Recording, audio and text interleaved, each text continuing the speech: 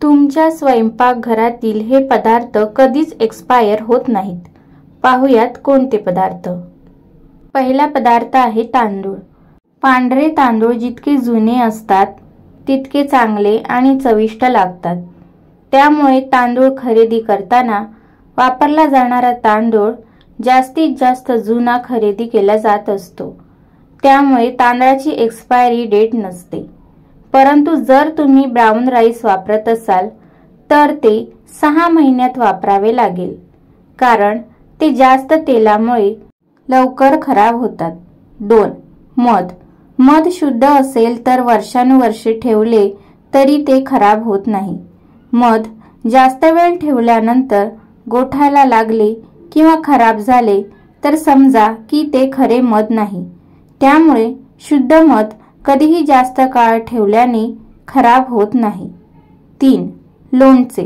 लोणचे पाण्यापासून दूर ठेवले तर ते वर्षानुवर्षे खराब होत नाही। लिंबाचे लोणचे जितके जुने तितके चांगले लागते। लोणचे जुने झाल्यास ते कोरडे होत असले तरी ते खराब होत नाही। लिंबाचे जुने लोणचे पोटासाठी उत्तम औषधी मानले जात असते।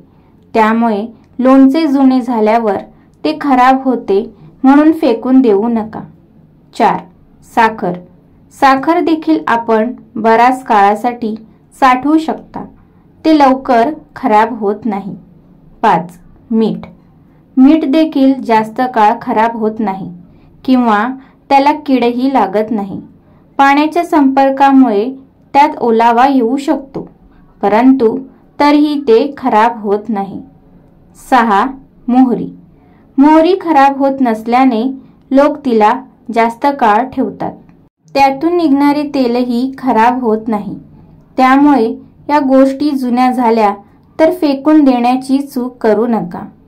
मोहरी जुनी झाली असली तरी त्यातील पोषक घटक संपत नाहीत। 7.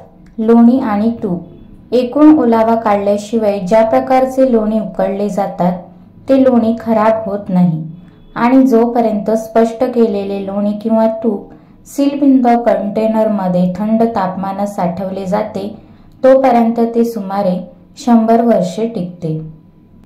तुम्हाला हा महत्त्वपूर्ण असा व्हिडिओ आवडला असेल तर व्हिडिओला लाईक आणि शेअर जरूर करा। चॅनलवर नवीन असाल तर सबस्क्राईब करायला विसरू नका। व्हिडिओ पूर्ण पाहिल्याबद्दल धन्यवाद।